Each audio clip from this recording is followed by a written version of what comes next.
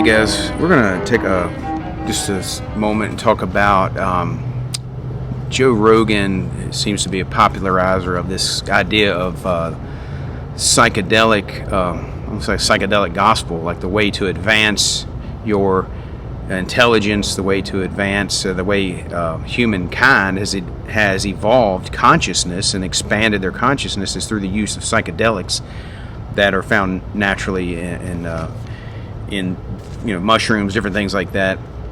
So he advocates the use of these things, and he popularizes that from like Terence McKenna and his brother, where they basically have taught that that's how evolution occurred, is through monkeys basically eating mushrooms. So they think that this is how consciousness has evolved, and they have this almost as a worldview. But I want you to see from a presuppositional standpoint, this is not a worldview, it's a component of the worldview. So it doesn't really explain the main problems of philosophy. It doesn't account for what we would say are the necessary preconditions of intelligibility. So, first of all, laws of logic that are universal and absolute and invariant and abstract, not physical. That doesn't explain how they exist. It doesn't explain where they exist.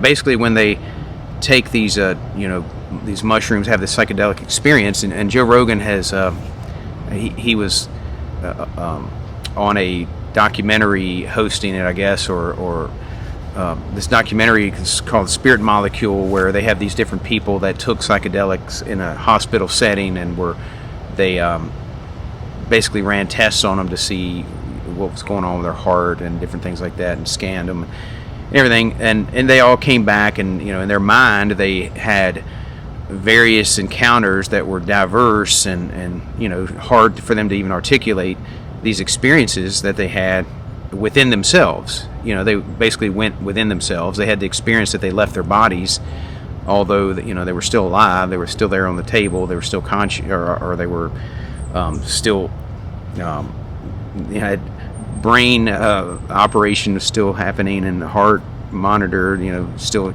showed that they're there.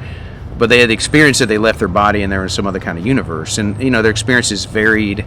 There was some similarities, but a lot of diversity in these things, and they come back thinking that these are they're apprehending ultimate reality when they go into this altered state of mind. That they're apprehending true reality. And when you think about it, you can't know if you're apprehending true reality. All you can know is that you have the experience that you're apprehending true reality. It's the problem of philosophy with your sense perception too. It's like you're acquainted with your sense perception, but you're not acquainted with the material world. The same thing here. You're acquainted with your experience of what you believe to be ultimate reality, but you're not necessarily apprehending ultimate reality. The fact of apprehending ultimate reality is not the same thing as the experience of that. So you might have an experience, some type of a spiritual experience, which would make sense within a Christian framework, because man is a spirit, or contains a spirit, has a spirit, and is connected to the spiritual world. And the thoughts of man are deep, as the Bible talks about. And so you're experiencing something, but you can't account for it apart from a Christian worldview. Because it's so different than the material world. It makes you wonder if that world is the real world, the real reality. Then what is the material world that we experience and live in? If it's more real than that, because some people use that phrase, it's more real. It's like, well, it's not measurable by science. It's not an unbroken series of uniformities. It can't be measured. It can't be, you can't apply scientific analysis of it or mathematical data to it. You can't measure it. So if that's the ultimate reality, then the ultimate reality would transcend mathematics and the physical world that we live in, and so you'd have to say, well, how is this possible? You'd have to appeal to some worldview to make sense of this. So you'd either have to have a dualistic worldview, where there's, as we talked about in the Problems of Philosophy, which we're linked to, is that there's physical matter, there's physical material world, a concrete material world, and then there's an abstract world of non-physical realities.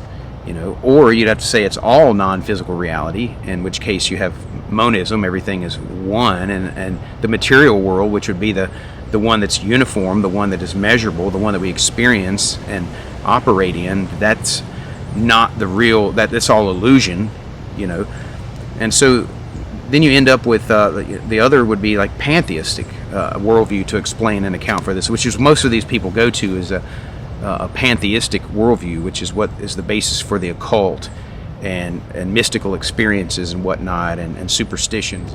So you have this pantheistic worldview that everything is interconnected, in which case contradictions would be interconnected and indistinguishable from reality, and so it's self-refuting if you get into it. But I just want you to see that this experience that they're describing under these psychedelic drugs is not a worldview. It doesn't explain uniformities in nature. It doesn't explain the material world. It doesn't explain laws of logic applying to everything. It doesn't explain morality. It doesn't explain our consciousness, although Joe Rogan tries to use it to say it explains how we have become conscious.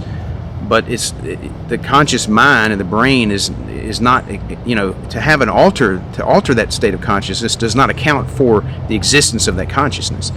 So it takes you nowhere. It's a dead end. So I just want you to see that this is a dead end, and ultimate reality is founded within Christianity. It needs a worldview to account for these experiences. You can't use this experience, which presupposes a worldview, and use that experience that's a component. So you can't use a component of a worldview to explain the worldview itself. It's a component of it. So it's a dead end. So take a look at the links that we put to the other videos on problems of philosophy.